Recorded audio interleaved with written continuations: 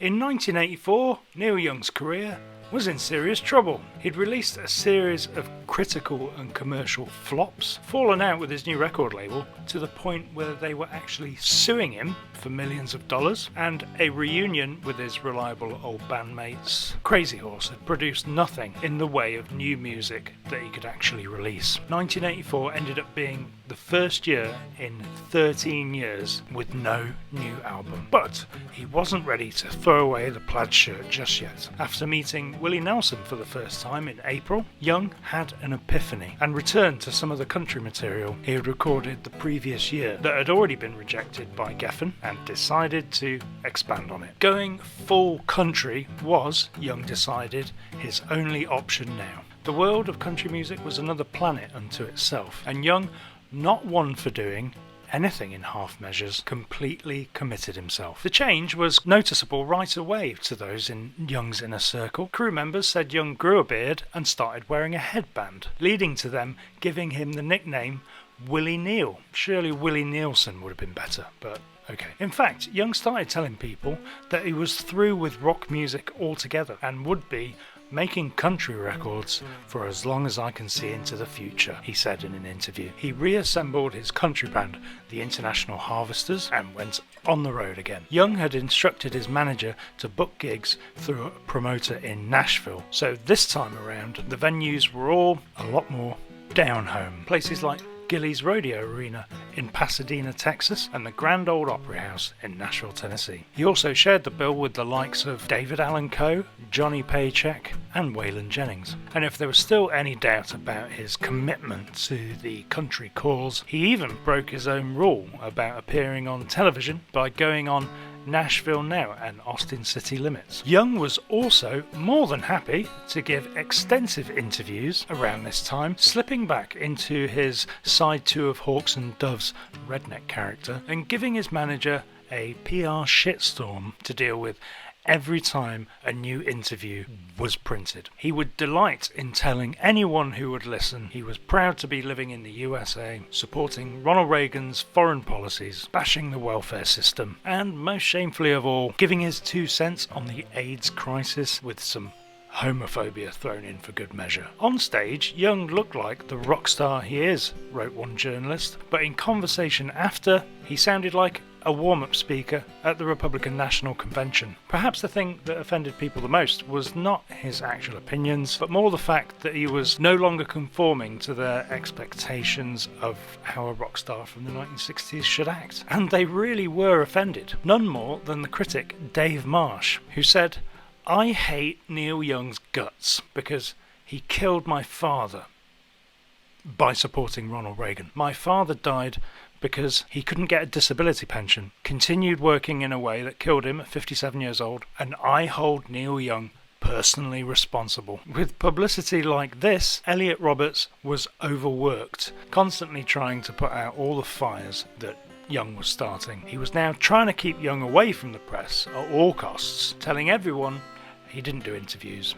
You can't speak to him. Young, however, was on a mission. He told his manager of 16 years that he wanted to tear the whole fucking thing down. Tear it all down. A couple of months' work and it will be gone, he said. He was talking about his career. Let's just start over again. Level it, he told Roberts. A clean slate. Young wanted to reset his career and start again, so was more than happy to lean into this right-wing country singer persona if that helped get the job done. One thing that Young was apparently incapable of sabotaging, though, consciously, was the music, as the original International Harvesters did a brilliant job of rearranging a lot of Young's more countrified material, like Field of Opportunity, Roll Another Number, Are You Ready for the Country, even Buffalo Springfield's Flying on the Ground is Wrong, all rendered very organically with wild fiddle and a Nashville polish. They also played a whole bunch of new songs that would end up on Young's next album, Old Ways, like Bound for Glory and Get Back to the Country. This lineup of the band, though, with Ben Keith, Rupert Thibodeau, Carl Himmel, Spooner Oldham, would only last until October, and for the next leg of the tour, which was in Australia and New Zealand, they basically became the Crazy Harvesters, as Crazy Horse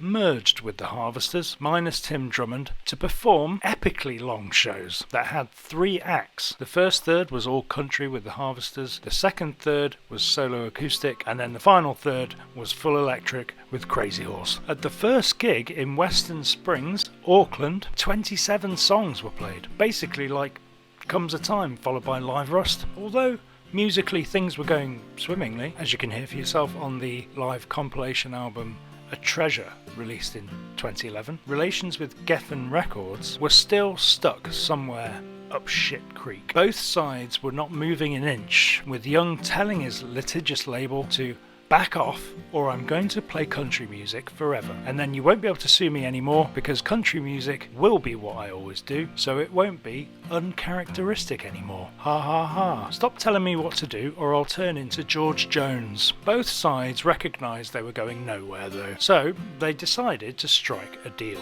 They would let Young release his new country album, and in return Young would then at some point afterwards go and record a normal album with an actual producer in a real studio. David Geffen called Young and apologised over the phone, and on April Fool's Day 1985 in the Los Angeles Superior Court, both Geffen's lawsuit and Young's countersuit were officially dropped. But there was something else that Young did as part of this new deal that blew his manager's mind. He requested that his record deal be cut in half, that is, half the money. Instead of $1 million an album, he would get $500,000 instead. Elliot Roberts was pained to his very soul at the thought of it, as any good rock manager would be, but made the proposal to Geffen, and Geffen happily accepted it. No artist in history has ever gone into a record company and said, I'd like to give you $500,000 back on each album, said Roberts. That was $1.5 million Young was effectively handing back to Geffen. For Young, it was a massive relief. $1 million an album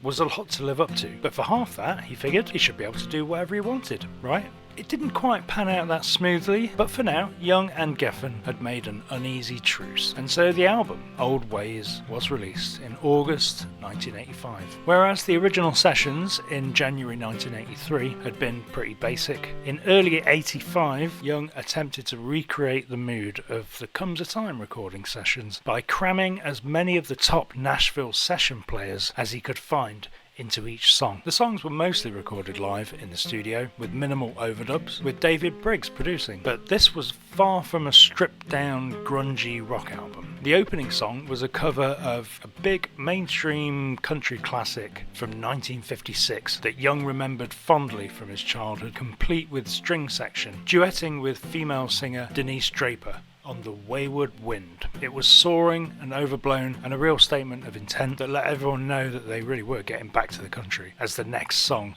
proclaimed, Back in the Barn Again. A duet with Willie Nelson, Are There Any More Real Cowboys, followed, and then Once an Angel shows how far Young was leaning into the straightest Nashville sound he could muster. He even replaced Ben Keith on steel with Ralph Mooney, the legendary original steel player for Merle Haggard and Waylon Jennings. Jimmy McDonough in the book Shaky describes changes like this as detrimental to Young's music, rendering it too slick. But personally, I love hearing Young's songs in this rich, syrupy country context. His songs have always suited a country arrangement, as they often had simple changes and evocative lyrics, like the song Misfits, for example. In another context, this song could have been another sedan delivery with its surreal stream of images. Side 2 of the album kicks off with California Sunset, which was recorded live at the Austin City Limits TV show, probably the most overt love letter to his chosen home state. The title track Old Ways follows and is both a nod to his status as an old dinosaur now of the music scene in the 80s, but also an attempt to reform his old hippie ways. I'm going to stop that grass and give up all this drinking, clean up my whole way of living. Noble sentiment, although spoiler alert, he didn't actually give up smoking weed until 2011. My Boy is a heartfelt tribute to his firstborn son, Zeke, and in recent years he said it was his favourite recording out of all the ones I've done, citing the sound of Spooner Oldham and Ben Keith's playing on that track as a major reason why. This year, 2025, marked the first time Neil Young played the song live since 1983. Bound for Glory brings together Waylon Jennings and Neil Young on the same song, and their two vocal tones sit quite well together. Waylon's gravitas giving Young's movie-like imagery a satisfying vividness. Where Is the Highway Tonight closes the album, and whilst it's not the strongest song out of the bunch, it's a satisfying end. All in all, Old Ways is actually a very underrated album. It wasn't the crazy left turn as it's so often characterised as Young had often demonstrated an affinity for country in previous offerings. And when it's done so well, like this, with great songs, duets with Willie and Waylon, What's Not to Love? Just before the album's release, Young played a couple of shows. One was Willie Nelson's 4th of July picnic, featuring a whole bunch of country legends, and the other was a little show called Live Aid at the JFK Stadium in Philadelphia, which was broadcast to an audience of around 1.5 billion people. Then around the time of the album's release in August, Young and his band once again embarked on a tour of North America, again at more country-friendly venues, including the state fairs of Wisconsin and Illinois. Young went down really well at these, audiences appreciating the fact that he'd gone out of his way to play at them. The set list for these shows started to evolve as well. He started playing the still unrecorded and unreleased Country Home as an opener. Down by the River started to make an appearance. And now the sets would usually finish with a new song that hadn't even been recorded for Old Ways, Grey Riders. This song was the rawest and most rocking of his straight country material and didn't see an official release until the album A Treasure in 2011. It's possibly the best song of this country period, actually, containing some wild overdriven guitar licks and equally emotive impassioned singing and hollering from Young. It's one of those classic Neil Young songs that just slipped under the radar. Absolutely superb, as is the whole A Treasure album, actually. Old Ways was released into the world in August 1985 and of course flopped, as was now the norm for Young in the 80s. The album cover probably didn't help. Young has his back to the audience, happily strolling down an old country lane into obscurity. Not that Young cared, he had other things on his mind, inspired by a comment by Bob Dylan at Live Aid about the plight of family farmers in America. Willie Nelson and Young decided to put on a benefit concert of their own to raise money and awareness for farmers being screwed over by big business, struggling to stay afloat in the cutthroat 80s. This marked perhaps a slight turn away from Reaganite politics as he penned an open letter imploring the president to take the issue seriously. With the support of John Cougar Mellencamp and many others, Farm Aid became a reality. Young's played at every single one ever since. The first one was in September at the Memorial Stadium in Champaign, Illinois, featuring the likes of Bob Dylan, Billy Joel, B.B. King, Roy Orbison, Tom Petty, and many others. Now, for all Young's statements that he was going to be making country music forever, you couldn't help but notice more and more full-on rock had been creeping into the Harvesters' set over the course of their tour. Barstool Blues, Southern Pacific, Powderfinger, Down by the River, Old Black had come out to play again. And as 1985 drew to a close, and with the new agreement with Geffen fresh in his mind, Young decided it was time to give his record label the characteristic Neil Young rock record they had been so desperately hoping for the last 3 years. He headed back to LA and started making his next record, but would it turn out to be the big rock comeback everybody had been waiting for? Was it going to fly, float on the surface, or would it simply sink like a stone? We'll find out in the next video when it lands. So until then, thanks for watching. Bye for now. They were bound for glory, bound for living on the edge. They were bound for each other like two comets heading for a bed. She had a new way of living, new way of looking at life. He had an 84 International and 2 kids.